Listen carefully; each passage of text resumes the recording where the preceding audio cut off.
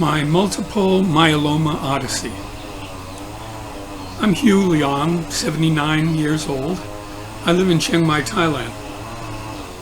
I'm making this video, or series of videos, to help those people who may be dealing with some bad stuff. I'm dealing with some bad stuff, and I'll show you what I'm doing about it. I'm hoping that these videos can help those who are also having some bad problems, and maybe show them that there's things that we can do to mitigate these problems. I was recently diagnosed with multiple myeloma, or MM. This is a cancer.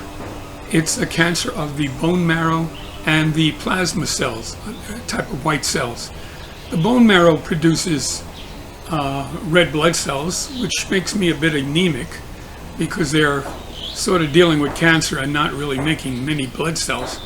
And the plasma cells, which are a type of white blood cells that help with your immunology.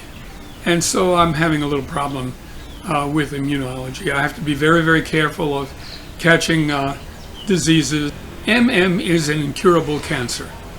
It doesn't mean that you can't do anything about it. There's a lot of new medications that can really slow down the progress and maybe give you a couple of good years, 3, 5, 10 years, if you complete the meds and get good treatment from a good oncologist. My oncologist was she studied at the Mayo Clinic in America, and she seems to know what she's doing. So I'm pretty happy with her. And there's some other problems that are related to MM. Like I have CKD, which is chronic kidney disease. And that's one of the reasons we found out we had this problem.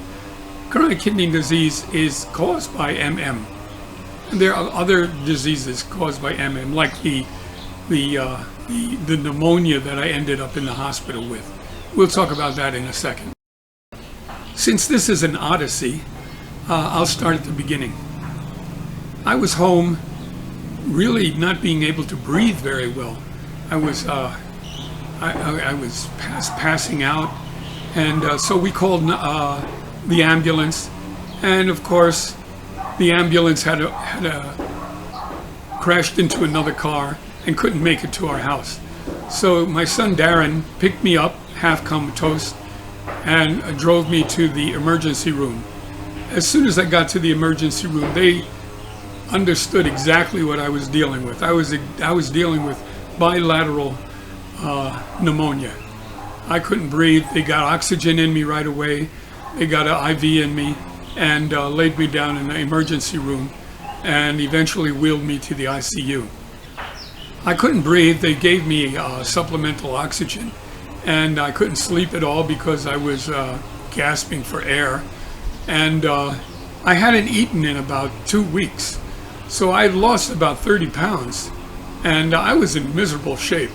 So I was in the ICU, and I was being checked about every 15 minutes, blood pressure and other things. And they were pumping me with antibiotics, IV antibiotics, and that lasted for about 8 days. I had a really good pulmonologist. He came to visit me 2 or 3 times a day, checking my lungs, checking how well the antibiotics was doing, and they were doing the job. I got a bunch of x-rays, seeing how my lungs were doing, and they were clearing up. And after the 8th day, the pulmonologist thought I was strong enough to go home. They took me off the antibiotics, and I did go home. Darren set up a room for me, and with a bed, and I couldn't walk, I couldn't stand, I was so weak.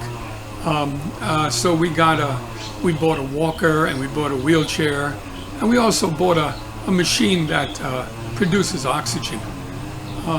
So that's how we prepared to deal with this disease at home.